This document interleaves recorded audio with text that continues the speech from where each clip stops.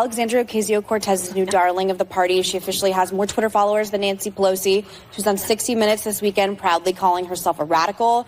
And she's promoting policies like saying that every single carbon emission in the country, every car, should be eliminated within the next 11 years, everything from a 70 to 80% tax rate. Do you agree that she could possibly, in this ideology of the socialist left, could splinter your party? No. I think that she is challenging the status quo. I think that's fantastic. I think that, I used to teach before, especially before in the last few years. And the thing that I always loved about teaching was when you teach, it requires you to defend the premise. Mm-hmm. And it requires you to re-examine the premise and question, is it still relevant? Does it have impact? Does it have meaning? And I think that she is introducing bold ideas that should be discussed. We've been to the border. So this whole thing about the border, we've been to the border. We've been to the border. You haven't been to the border. And I haven't been to Europe. And I don't understand the point that you're making. Every day, we are going to do Words of Wisdom by Kamala Harris. Oh, that is another beautiful one from our border czar. Haven't been to the border. Haven't been to Europe. So, I don't know what the fuck you're talking about. Oh, my goodness gracious. Great balls of fire. This is Tim, of course. Get off my lawn, the mad ramblings of a Gen Xer. Want to talk about Kamala Harris. Want to talk about how the Democrats basically circumvented the will of the people, of course. We talked briefly about the Federal Election Commission in reference to the Biden administration, I should say now, the Harris campaign stealing all the money and basically saying, we're going to worry about it later.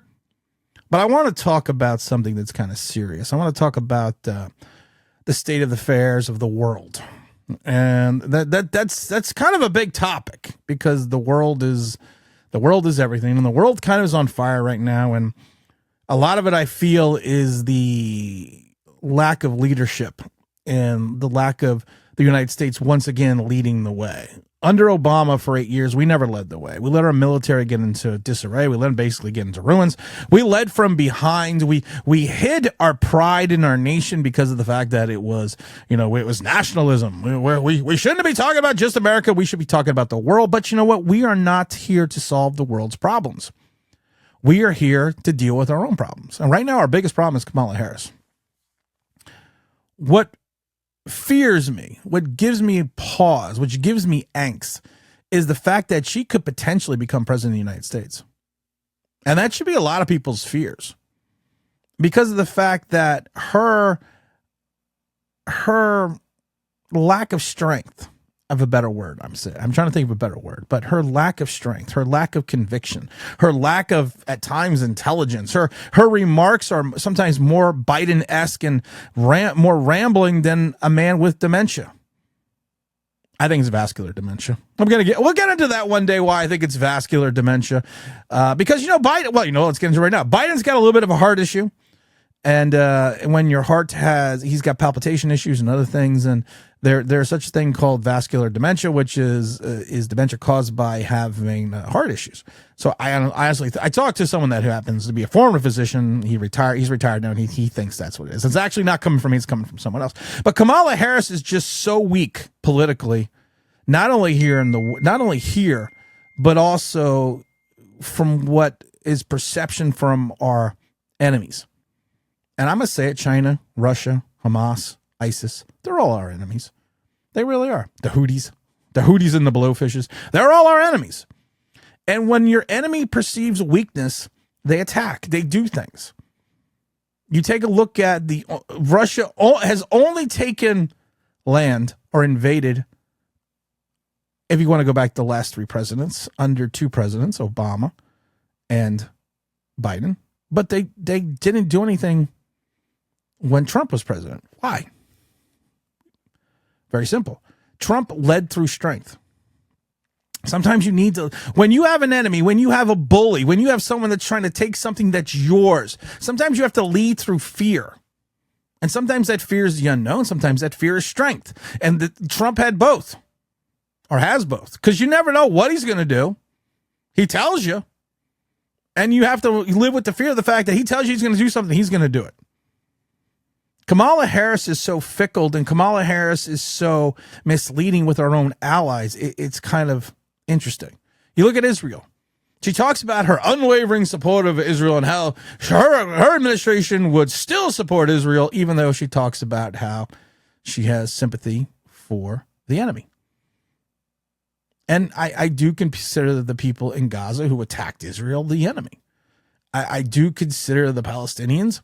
They did a poll not too long ago, and that poll was with people in Gaza. I love when people say in Palestine, because there is no Palestine. It's only Gaza. The people in Gaza, and something like 80% of the population in Gaza that they interviewed said that the attacks in October were justified, were warranted, that they hate Israel.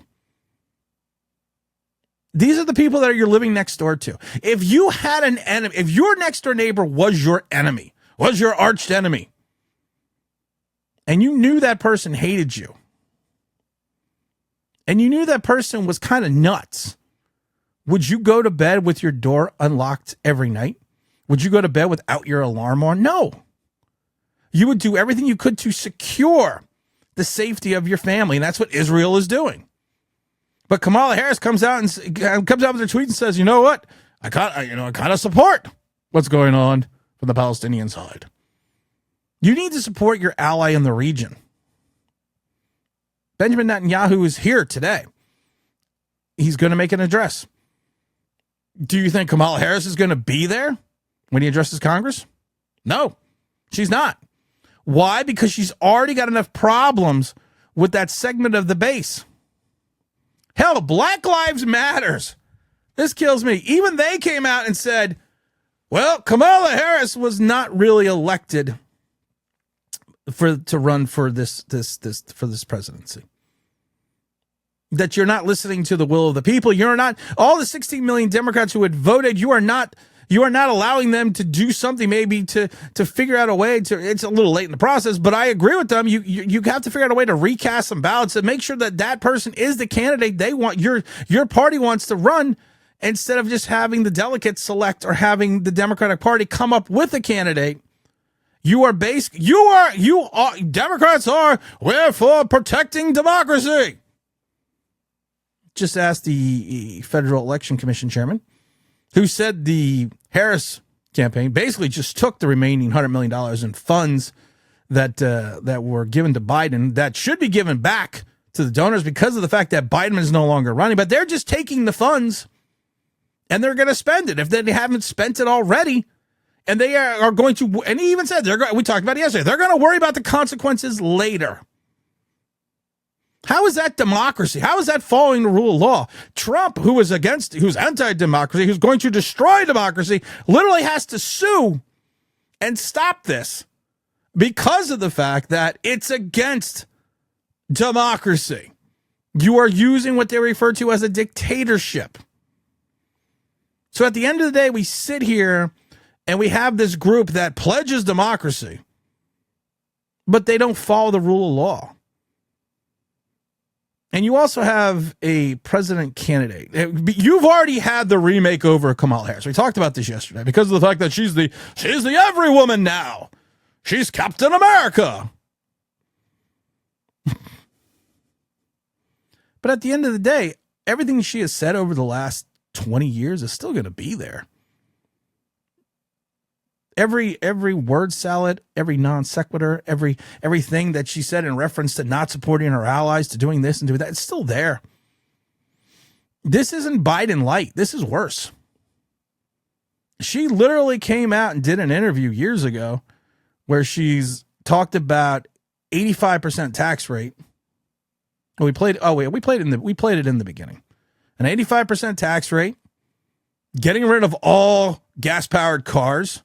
It's going to be this utopia. Well, the only problem is when you don't have the technology to support this utopia, it's a third world country. And I worry about our enemies. It's literally starting to keep me up at night.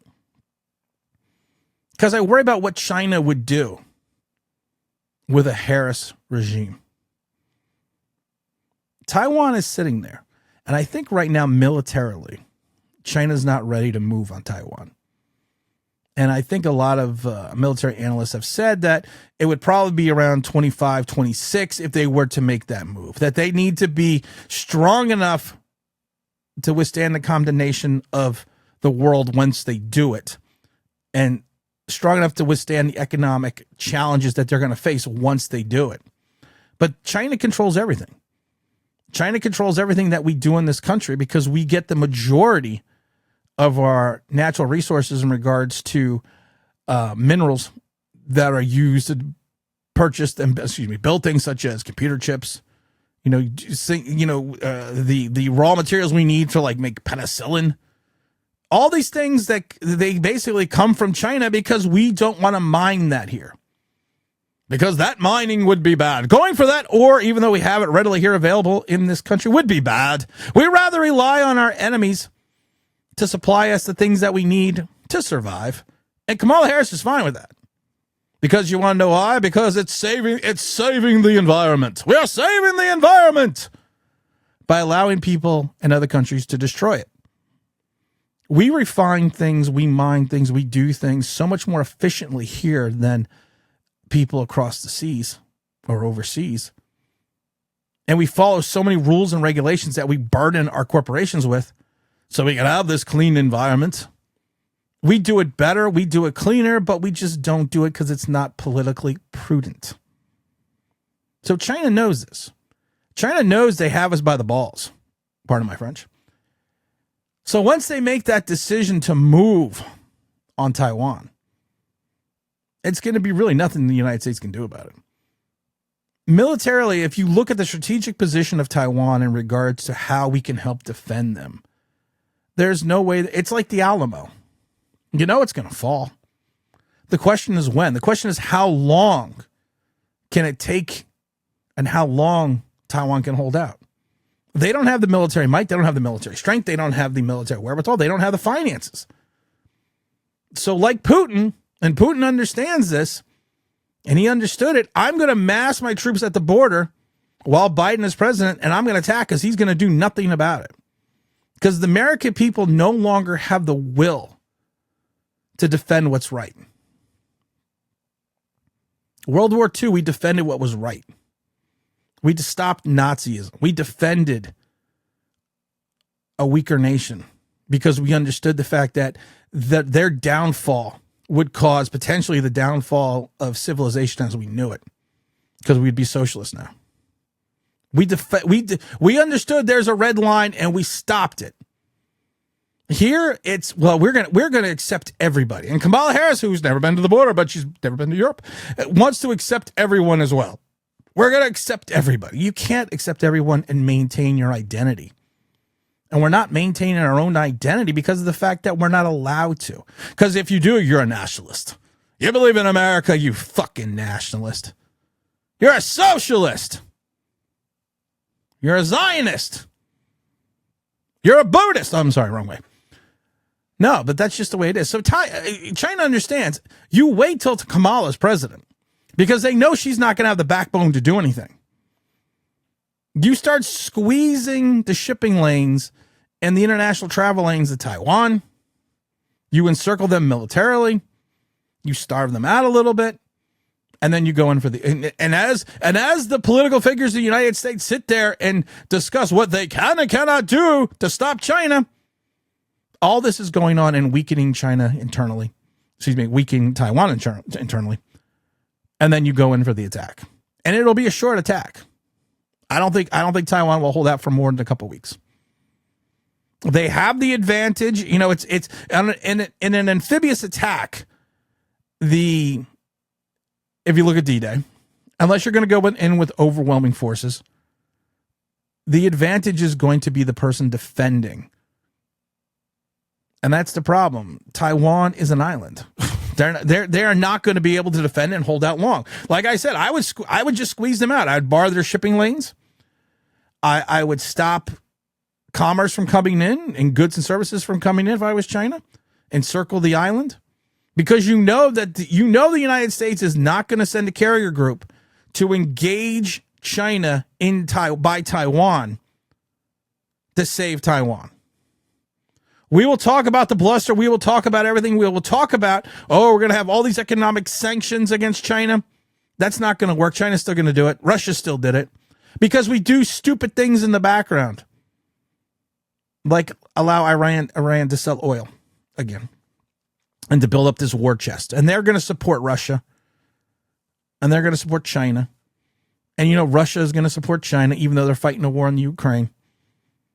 And I'm guaranteeing you this, if Biden is removed with the 25th Amendment and Harris is installed into this puppet regime, that there will be more of a push from Russia in Ukraine to basically continue to seize Ukraine. Because there's only so much we could do militarily fighting two proxy wars. You can't fight a third proxy war against China. You can't fight a proxy war in Israel against Russia and then against China. Your military strength is not there. We're already talking about the facts that we have limited resources in reference to certain types of ammunition, certain types of explosive rounds. And if you don't continue to build your military, and our recruitment is way down, but if you don't continue to improve your military and move forward, the next step outside of conventional warfare is tactical nuclear warfare. Because that may be the only way you could stop the red invasion. And I'm not talking about the Democrats. And I think China knows that. And I think China knows we are not strong-willed enough to deal with that. I truly have a thought process that there will be limited nuclear tactical exchanges in Ukraine once Harris becomes, I should not wish anything into fruition, that if by the grace of Satan, she becomes president. Because the face of this nation will change even more. We talk about this is the election of a lifetime. This is election of this. This is the election of your lifetime right now. Do you stop the Democrats who talk about democracy and saving democracy, but they do everything to destroy it? Is your hatred for Trump, who loves this nation, who stands up for the everyday American, is that hatred so ingrained in you because he says mean things? Well, you know what? Our adversaries aren't saying nice things. You can't win a war with kindness. I really fear that there will be limited nuclear tactical exchanges under a Harris presidency because of the fact that our enemies know that we don't support our allies and we don't have the backbone to fight those types of war, and we don't have the backbone anymore to stand up for what is right. We're more worried about diversity, equity, and inclusion, but that only gets people assassinated.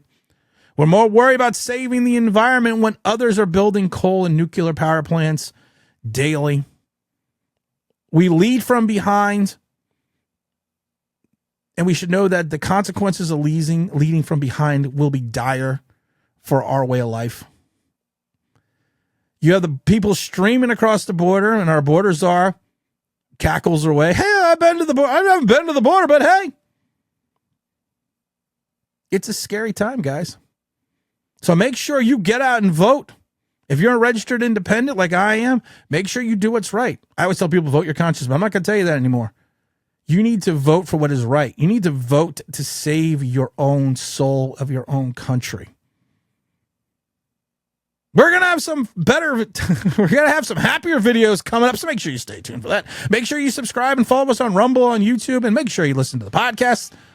Because, as always, the truth shall always set you free. This is Tim, this guy with my lawn. The Mad Ramblings of a Gen Xer, and I'm out of here.